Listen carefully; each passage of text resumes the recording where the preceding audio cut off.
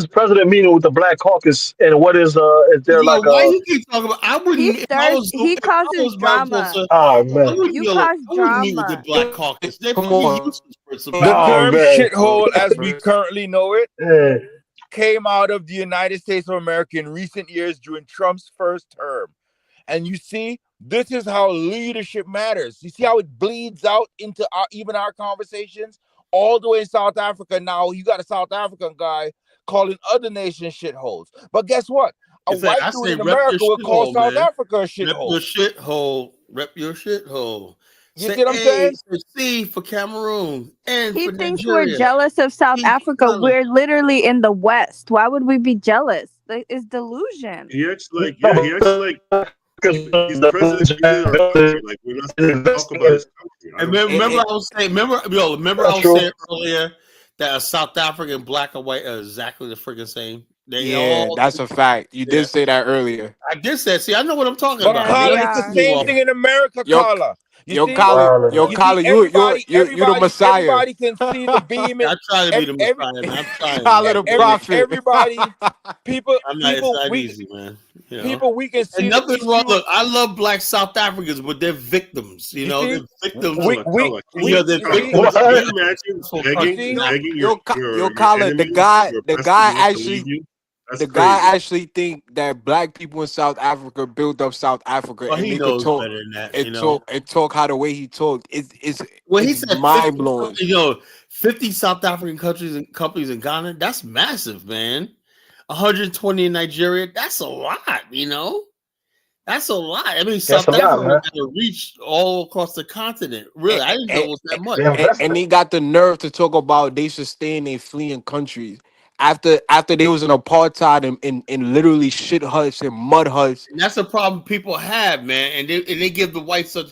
My angry part is the fact that they should be Black South Africa. She's so enraged that they went out of their way not to slaughter these people after apartheid ended. They did everything that they could accommodate them and everything like that. For them to go overseas and make it seem like the world's like they're being genocide, and I just don't understand Black South Africa. I just don't. The thing is, we can observe the issue in other people. What we need to do is observe it in ourselves. Because what's the brother on the collar? The same thing that he just did. What's the brother on the collar? The same thing that he brother just right did. Underneath you. I don't know with the picture. That's DK. DK was talking facts. DK was talking the real talk. I won't say the P word, but that's what he is, and that's what the majority of them Black South Africans are. They got no smoke for the white people that put them in apartheid, but they got all the smoke for the little people that come there and try to be students. A little hungry person from Somalia and other parts of Africa, man. Kyla, did you see the video how savage they was tearing down these people small businesses? Yeah, I saw that. I played the video. Exactly, and he had the nerve to talk about these people are fleeing. They need to get out of. That's why I say Trump needs to fly F-35s over Johannesburg and Cape Town and destroy everything. How common is that? Then you got to look at the overall. Go ahead. I'm sorry. Collar rarely talks about South Africa. He's only talking about it because his damn president, his punk ass president, came to the White House. And I never talk about South Africa. Yeah, and the arrogance talk about people are discussing South Africa like anybody give a fuck about South Africa. And the guy just asking the question about how common it is. You can't tell us what he's asking. He can't tell us brought the numbers out the other day. You don't control nothing. You're just a weak ass South African. So what's the numbers? What's the numbers, man? I brought the numbers out the other day. The numbers are. Let me. Go ahead, man. You drop off, man. Just rats on with no facts. The numbers are in South Africa. 28,000 people are killed there every year. Carla played a video like 2 nights ago that said 100 Somalis were killed there. 51 white farmers were killed in I think last year, whatever it was, right? So it's just a violent place. The majority of people being killed, I would venture to bet, are Black South Africans. Thank you. Of course, you're going to have migrants and all that caught up in it. But you can't make an assumption that because there's xenophobia, that everybody or the majority of the population is xenophobic. You cannot make that assumption. Nobody said that. True. No, I understand that. Why we can't point out the xenophobia? No, brother. I'm not saying you cannot point it out. What I'm saying is you cannot magnify it to a point where overstated, slander, or someone might make an assumption that it's the majority. It's South Africa itself that's doing it. It's just like you have FBA movement in America, right? Which has a lot of xenophobic rhetoric. Would I make an assumption? Ain't no FBAs murdering Jamaicans, Haitians, brother. It's not about the murder. I said that the other Nigerians. night. It's not just about the murder. The rhetoric leads to the murder. The rhetoric comes first. This whole shit